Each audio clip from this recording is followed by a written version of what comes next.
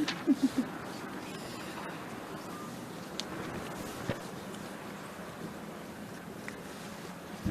Matt? Okay. All right, good morning everyone. Thanks for coming along. I'm joined by my colleagues, the Minister for Energy, Environment and Climate Change and the Acting Minister for Police and Emergency Services. And we also have Commissioner Andrew Crisp, the Emergency Management Commissioner. What I'll do, folks, is I'll go through just the latest in terms of coronavirus, but there is going to be the normal public health stand-up, so Jerome will be out later on this morning to go through some further detail. And then I'll talk about the announcement we're making here today. So there are 54 active cases of coronavirus in Victoria. There are 0 new locally acquired cases in today's numbers and 1 new case in hotel quarantine. While that's very, very encouraging, everything that we said yesterday still stands. We are not out of this. These are encouraging signs, but we need to see this over a period of time. We're still taking this step by step, and every Victorian has a role to get tested, no matter the mildest of symptoms, and to get vaccinated if you are eligible. To that end, we reported 15,610 vaccinations yesterday and 25,635 tests. So thank you for everyone. It's good to see those testing numbers going back up. Yesterday's Chief Health Officer's release updated you about the management of the case at Epping Private Hospital.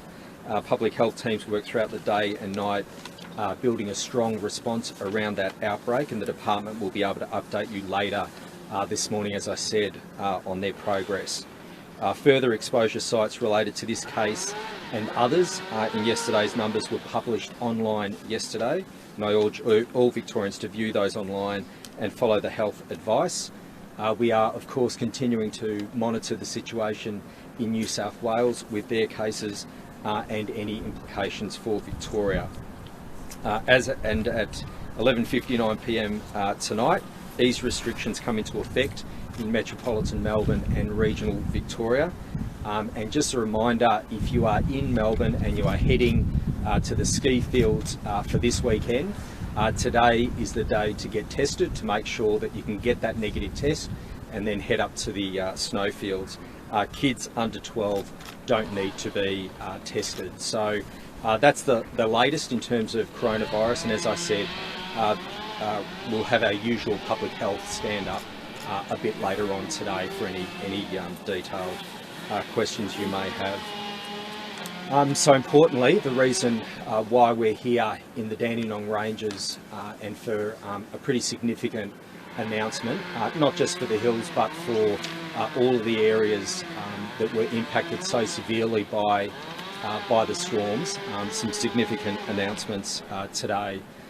Really unprecedented damage. I live up here and lived in this region my whole life. I've never seen the extent of the damage here in the Dandenong Ranges. I was at Traralgon several days ago with the Minister and the Commissioner in terms of the flooding, speaking to my colleague, and the damage out in Trentham and other parts of the state. This is very much unprecedented, and I've never seen anything like the extent of the damage. And as the Chief Officer of the SES said, it is tree carnage, and that is exactly what we are seeing here in the Dandenongs. My thanks and gratitude to everyone who's been involved in the emergency response and in the recovery and relief efforts. I heard extraordinary stories from our wonderful SES volunteers. So to the SES, the CFA, all our emergency services workers, to the Red Cross, to the Shire of Yarra Rangers here in the hills, to all local governments right across the state, to everyone involved in recovery and relief, my thanks to you. We have currently around 7,000 households without power, and as residents were advised yesterday, there may well be many thousands without power well into July. So the figure of July 10 was advised yesterday. You know, the depth of winter and weeks without power. This is an unprecedented emergency. our current disaster recovery funding arrangements with the Commonwealth don't right now cover the situation we're in. So the one-off hardship payments, we've already got the re-establishment grants, but in terms of households without power, for weeks and weeks and weeks, the current disaster recovery arrangements between state and federal governments do not cover. So we need to move swiftly to make an additional announcement, and that's what I'm doing here today. So we're announcing a prolonged power outage payment, and this will be a payment of up to $1,680 per week. So a prolonged outage payment of $1,680. That's reflective of the one-off hardship payments. So that's around $560 or $580 per adult, and then payments for children. So it's up to $1,680. This will be eligible to all households that are without power from the 17th of June. I had a discussion with the Acting Prime Minister this morning, very positive discussion with the Acting Prime Minister, and a formal request for co-payment. This will be under Category D of our disaster recovery arrangements with the federal government. So this will be a new payment. We're asking the federal government to go 50-50 on this. The Acting Prime Minister was very positive, and as I said, a formal request has been put through. A couple of other things I want to mention in addition to this payment. So this will go towards whether it's basic supplies or whether it's to help support people find alternative accommodation off the hill as power is restored over coming weeks. In addition to that, I'm also announcing that Bushfire Recovery Victoria will take the lead in terms of supporting and coordinating the cleanup and the recovery. I had a long discussion with the CEO of Yarra Ranges Council. This cleanup and elsewhere around the state is beyond the reach of any local government. We've got tree debris that would fill the MCG here in the Dandenongs. We've got massive trees lying all over the place. We need to get all of that support coordinated. So that would be Forest Fire Management, AusNet, Department of Transport. My discussion with the Acting Prime Minister this morning was a request for ADF support.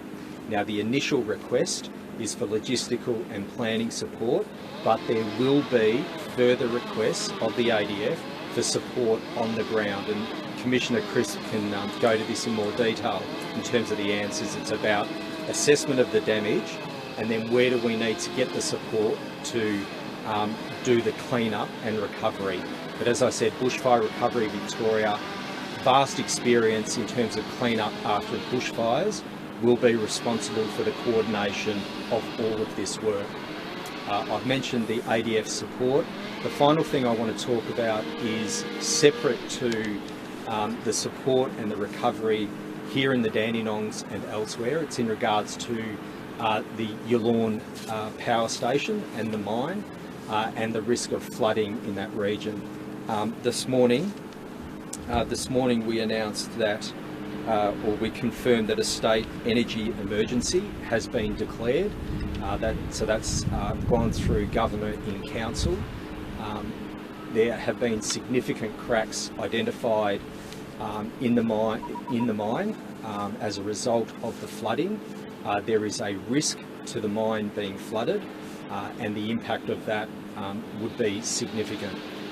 So we've been having detailed briefings through the Security and Emergency Management Committee of Cabinet. We need to take swift action, and the best way to take swift action is declaring this energy emergency. That means that the remediation works in terms of dealing with the risk of flooding can happen as soon as possible. And I'll hand over in a moment to Minister D'Ambrosio to go through the details of why we've got this energy emergency declaration and what that will mean in terms of the works that will happen to ensure that we can deal with that risk of flooding. But in closing, I know how heartbreaking the damage is in the hills, how significantly this has impacted individuals, families, households right across the Dandenong Ranges.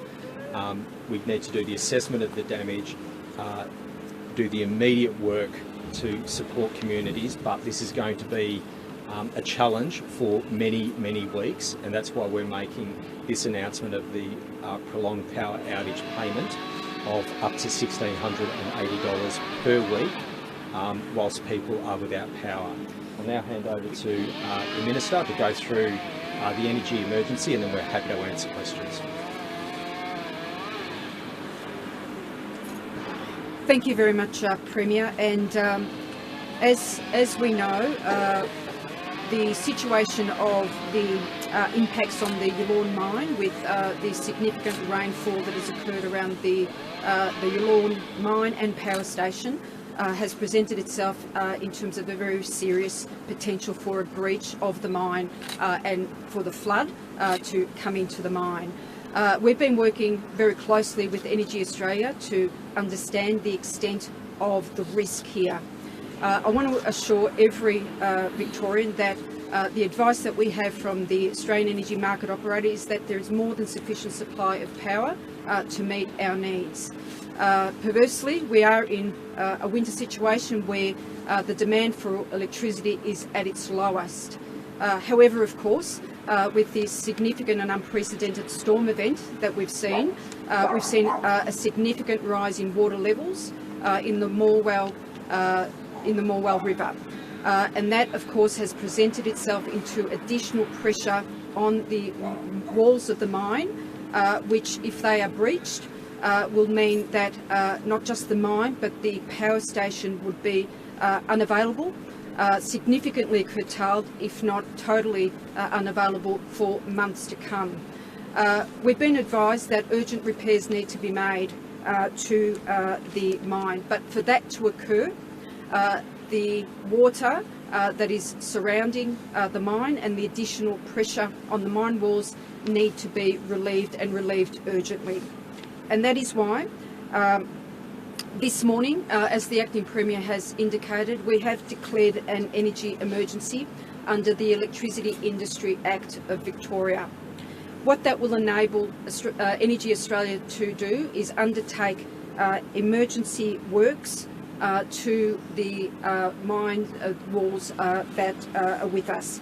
It will enable them to divert the river water away from the embankment and its proximity to the mine walls, thus relieving the water pressure on the mine walls, which will enable them to more closely ascertain the extent of the damage and undertake the urgent emergency works to repair that damage.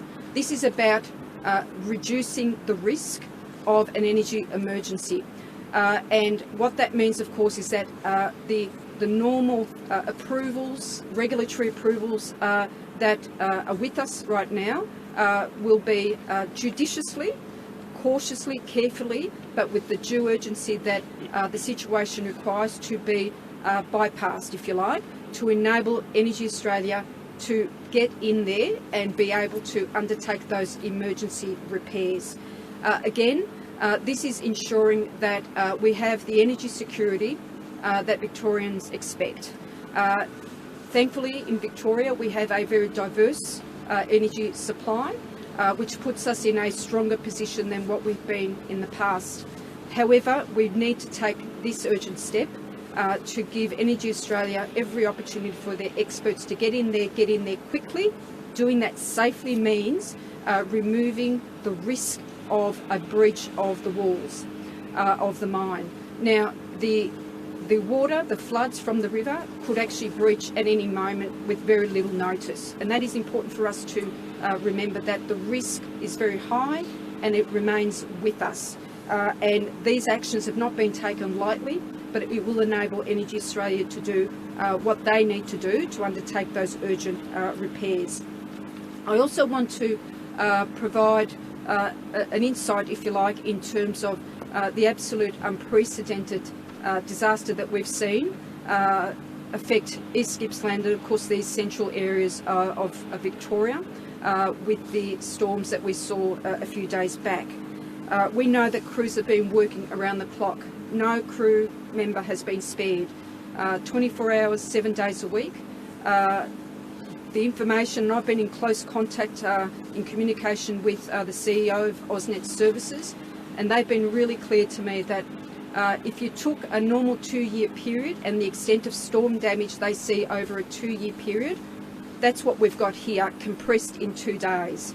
The extent of the damage has been unprecedented in terms of our electricity infrastructure, and that is why the steps that we are taking are absolutely the right steps and are absolutely necessary. I want to sympathise absolutely with every last person here in this region. I cannot imagine how hard it is to be without power in what is very much a winter situation. The cold is absolutely very, very difficult, challenging at the best of times in this region. But we are doing all we can to provide that support, and I would urge everyone that believes that it is unsafe or unbearable for them to stay in their home to please seek alternative accommodation. There is the funding support that the Acting Premier has just announced, additional supports that are available, and I know that there are many people on hand to provide that direct support in terms of logistics to be able to look for other options in terms of accommodation. So thank you, I'll leave it at that. Thanks, Lily. Happy to answer questions.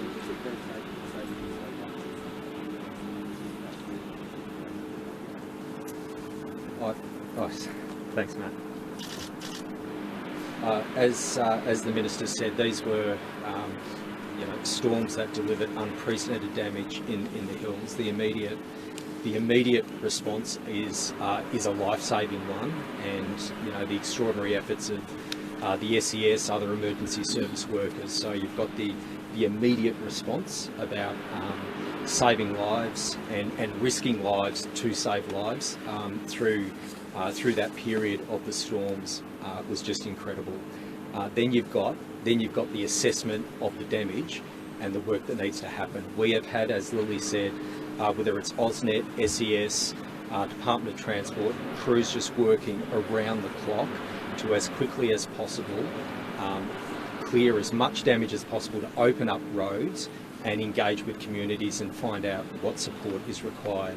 I might ask Commissioner Crisp to go through that assessment work, and now we're in a position to get a better sense of what needs to happen and the supports that need to be put in place. Hence, requests for ADF support from the Commonwealth, coordinating all of the services for this recovery that will take quite some time, and that will be Bushfire Recovery Victoria's task of coordinating all of that, all of those agencies, Forest Fire Management, Department of Transport, AusNet, the ADF, other emergency services, to make sure that we can get this work done as quickly as possible. In the meantime, this important announcement today, unprecedented, our existing disaster recovery arrangements don't cover for this kind of situation, hence the need for this new power outage payment that will be able to provide people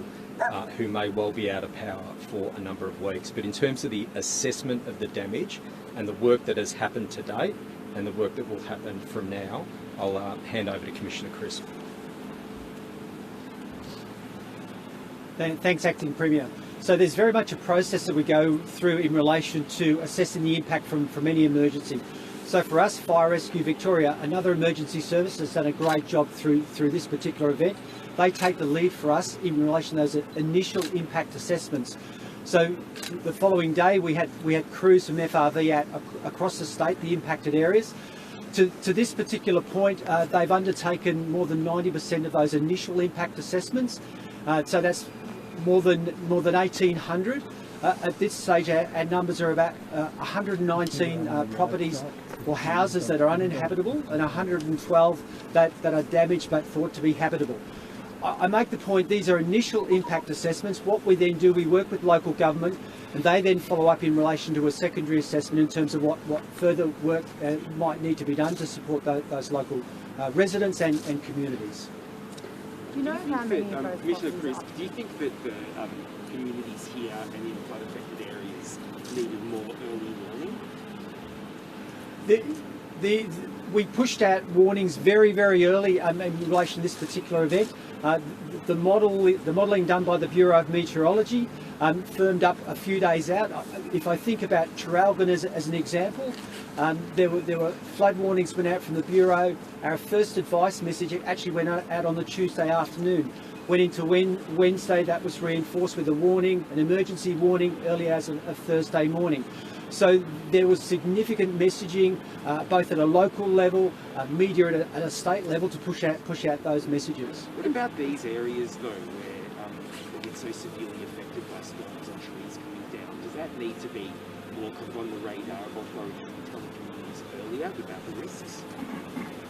Even up in the Dandenongs, you know, we were going out in the media. We well and truly highlighted that we were going to be in for a significant weather event, you know, a significant low which would have strong and damaging winds and would have significant rainfall. We did all of that. As we do with any emergency event, we will go back and we will look at the warnings that we put out. And for us, it's always about continuous improvement. What can we do better next time around? But I'm very confident in terms of the messaging that went out, that was accurate and it was timely. How handy was the ADF has been perhaps over the last week to help with this current weather? Look, in my opinion, the time is right now for the ADF to come in. It's no different to what we did during the 2019-20 bushfires or the start of the COVID emergency. You need to assess what you've got before you then look at bringing the ADF to do the planning that's required. And for me, the thinking, I've been doing this every day, thinking about the ADF. Rest assured, you know, I've not been backward in coming forward requesting the ADF, whether that's ships, whether that's the boots on the ground. We've done all of that during the fires, up to, on one particular day, up to 1,600 ADF on the ground. For me, the catalyst and the thinking around this is now we have a better assessment as a result of those initial impact assessments that have been undertaken, but particularly the advice that we got yesterday in relation to the number of people that are now going to be off power for an extended period of time. So that's a specific operation itself. So what support could we call on from the ADF in terms of logistics and planning to ensure that we can support those communities as best as possible? Were they offered to you before today though? Look, there's been some fairly regular discussion with Emergency Management Australia. They check in not just in relation to the ADF, but conversation ongoing. I am well aware of the standing arrangements in regards to requesting assistance from the Commonwealth or the ADF. So what will the ADF do if they get here? So we've requested 5 planning logistics officers, and my understanding we will have at least 3 of those in the State Control Centre today. The thinking around that is one of those planners will be working with the team that will be very much focused on those people that will be off power for an extended period of time. Now we have a better assessment in relation to the impact on roads. So we've got a roads task force established at the state level. So we'll have a planner in there, and we'll have a planner working generally. At the moment, in terms of our control arrangements, we have a regional control centre and incident control centre at Traralgon to obviously look after the southwest Gippsland area. We also have a regional control and incident control centre at Ferntree Gully, so looking after the Dandenongs, the Yarra Ranges and the Yarra Valley.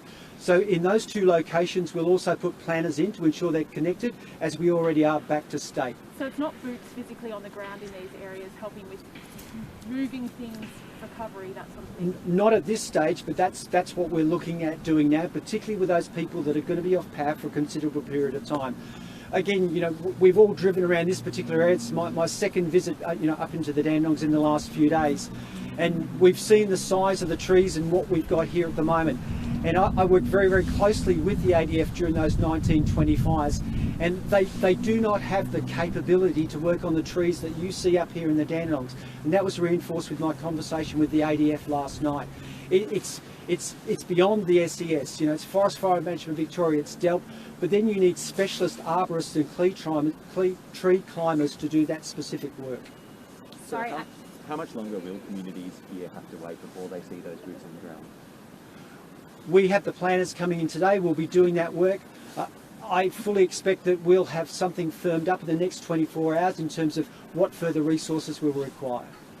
Acting Premier, can we just ask you a couple of questions? Yeah. Payments of up to $1,680, is it up to, or is that the full amount that every household will receive? Look, I'll confirm that, but most people get the understand it's a payment of $1,680. So a payment of $1,680 per week for eligible households, and that may well be thousands of households in the Dandenongs, right up through to the middle of July. There are businesses here that have been without power for days, restaurants, cafes, other small businesses. Will there be additional payments for small business owners as well? Yeah, look, we're going to closely monitor the situation. The announcement today for households in the Dandenongs that will be without power right through to mid-July. So that's the announcement today with this power outage payment. But we are monitoring and looking at an eye on what other supports that we can put in place. But my discussions with the Acting Prime Minister today is for this payment of $1,680 per week for eligible households. But regardless of what the Acting Prime Minister does, will the state government be offering support for Victorian small business owners that have not only been through a pandemic, but are now going through a loss of power? As I said, the announcement today is for households in the Dandenongs. If there's further support that we can provide for businesses, we will look at that. So you're not looking at that now? You're not looking at that? We are, but the advice yesterday from AusNet to families, thousands of families and households in the Dandenongs about power may not be back on until the 10th of July.